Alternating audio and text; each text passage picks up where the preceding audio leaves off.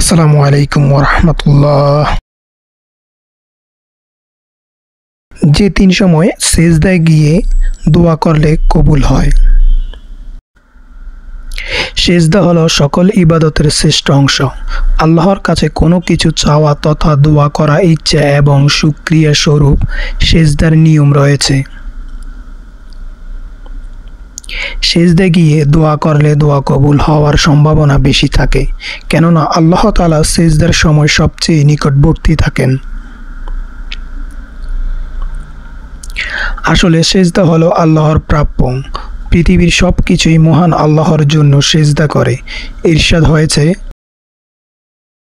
আর আল্লাহকে সেজদা করে যা কিছু আছে নবমণ্ডল ও ভূখণ্ডলগুলো এবং তাদের ছায়াসমূহ সেজদা করে সকালে ও সন্ধ্যায় ইচ্ছা ও অনিচ্ছায়।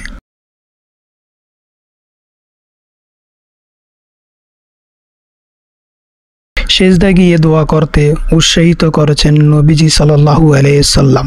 আবু হুরায়রা রাদিয়াল্লাহু থেকে বর্ণিত, রাসূল সাল্লাল্লাহু আলাইহি সাল্লাম বলেছেন, বান্দা আল্লাহর অধিক নিকটবর্তী হয় যখন সেজদারত থাকে। অতএব তোমরা যখন অধিক দোয়া করতে থাকো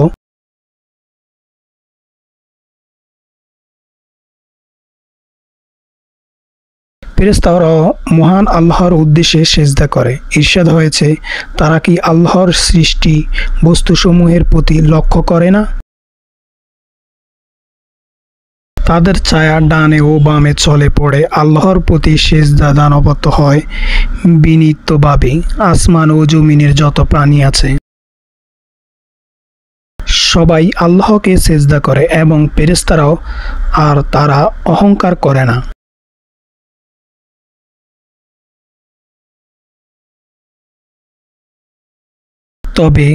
তবে কেউ কেউ এই সেজদার ক্ষেত্রেও আদব রক্ষার কথা বলেছেন। সেজদা যেহেতু নামাজের রুকুন,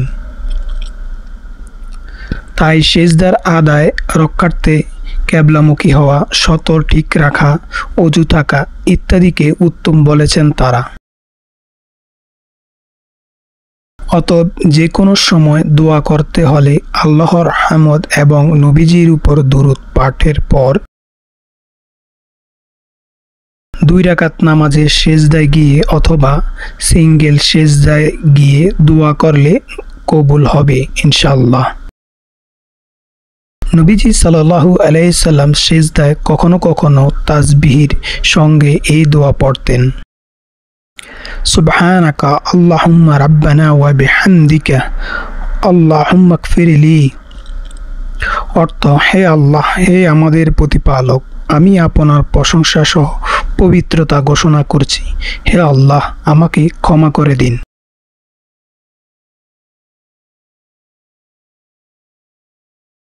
আল্লাহর খুব কাছাকাছি যাওয়ার জন্য এবং দোয়া কবুলের জন্য আরেকটি সুন্দর সময় হলো ভোর রাত। এই সময়ে সেজদায় গিয়ে আল্লাহর কাছে দোয়া করতে পারেন। তখন আল্লাহ তাআলা শেষ আসমানে চলে আসেন বান্দার ডাক শোনার জন্য। হাদিসে এসেছে, আল্লাহ তাআলা প্রতিদিন রাতের শেষ তৃতীয়াংশে নিচে আসমানে অবতরণ করেন এবং বলেন, কে আমাকে ডাকবে, আমি তার ডাকে সাড়া দেব। কে আমার কাছে কিছু চাইবে, আমি তাকে দান করব। আর কে আমার কাছে ক্ষমা চাইবে, আমি তাকে ক্ষমা করব।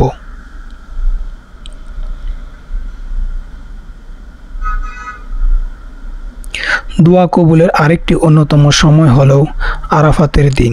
সেদিন এই ময়দানে থাকা অবস্থায় দোয়া করলে আল্লাহ তাআলা তা কবুল করেন।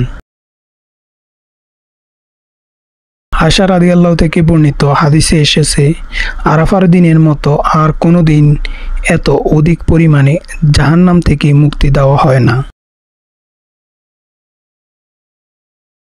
আল্লাহ তাআলা দুনিয়া নিকটবর্তী হন এবং বান্দাদের নিয়ে ফেরেশতাদের নিকট গর্ব করেন। আল্লাহ বলেন, কি চায় তারা?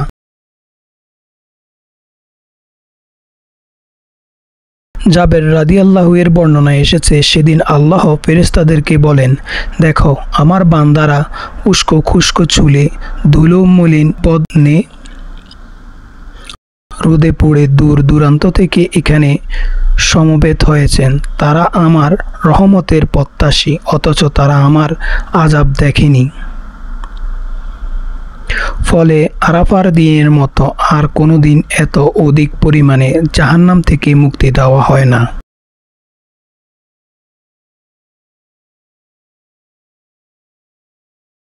অতএব সেজদা শুকরিয়া স্বরূপ দেওয়া যায়, দোয়া করার জন্য দেওয়া যায়। যে কোনো বিষয়ে আল্লাহর কাছে চাওয়ার জন্য সেজদায় লুটিয়ে পড়েন এবং আল্লাহর কাছে দোয়া করবেন। ইনশাআল্লাহ সেই দোয়া কবুল হবে। আল্লাহ তাআলা আমাদের সেই তৌফিক দান করুন। আমিন।